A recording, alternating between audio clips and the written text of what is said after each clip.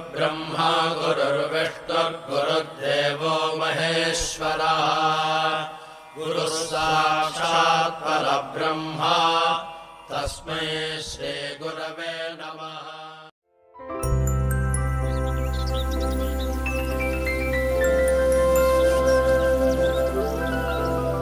ഓം ശ്രീ സായിരാം. പ്രശാന്തി നിലയത്തിൽ നിന്നും സ്നേഹപൂർവം സായിരാം. സായി പ്രചോദനങ്ങൾ ഓഗസ്റ്റ് 21, 2024. നമ്മുടെ സാധന ഫലവത്താകുന്നതിനു വേണ്ടി എങ്ങനെയാണ് നാം നമ്മുടെ മനസ്സിനെ ശുദ്ധീകരിക്കേണ്ടത്? ഭഗവാൻ ഇന്ന് നമ്മളോട് വിശദീകരിക്കുകയും നമ്മെ നയിക്കുകയും ചെയ്യുന്നു. പ്രേമസ്വരൂപരെ, സമ്പത്തിന് സുഖവും സന്തോഷവും നൽകാൻ സാധിക്കുന്നില്ലെങ്കിൽ കണക്കറ്റ പണം സമ്പാദിച്ചതുകൊണ്ട് എന്ത് പ്രയോജനമാണുള്ളത്? തടാകം നിറയെ വെള്ളമുണ്ടെങ്കിലും നായ്ക്ക് നക്കി കുടിക്കാൻ മാത്രമേ സാധിക്കൂ. ഒരു പിശുക്കന്റെ വിധിയും ഇതുതന്നെയാണ്.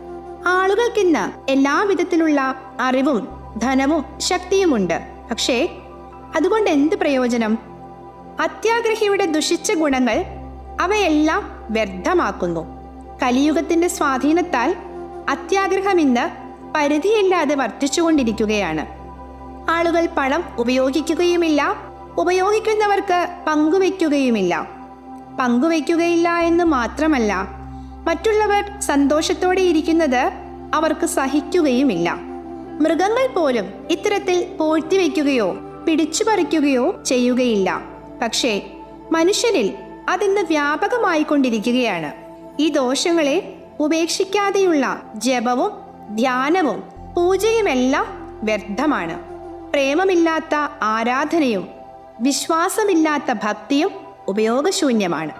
ഒരുവന് യാതൊരു വിധത്തിലുള്ള അറിവും ഇല്ലായിരിക്കാം. അയാൾ വിശുദ്ധ ഗ്രന്ഥങ്ങളിലെ ഉപദേശങ്ങൾ കേൾക്കുകയോ അവയുടെ ആന്തരാർത്ഥം അറിയുകയോ ചെയ്തിട്ടില്ലായിരിക്കാം. പക്ഷേ അയാൾക്ക് ഭക്തിയും ജ്ഞാനവും ഉണ്ടെങ്കിൽ അത് ധാരാളമാണ്. മനസ്സ് പരിവർത്തനപ്പെട്ടെങ്കിൽ മാത്രമേ മനുഷ്യനും പരിവർത്തനപ്പെടുകയുള്ളൂ. 1996 ജൂലൈ 15 ഭഗവാൻ നടത്തിയ ദിവ്യ പ്രഭാഷണത്തിൽ നിന്നുള്ള പ്രസക്ത ഭാഗം. സായിയോടൊപ്പം സായിക്ക് വേണ്ടി സായിൽ മുഴുകിയ ഒരു ദിവസം ആശംസിക്കുന്നു. ജയ് സായിരാം.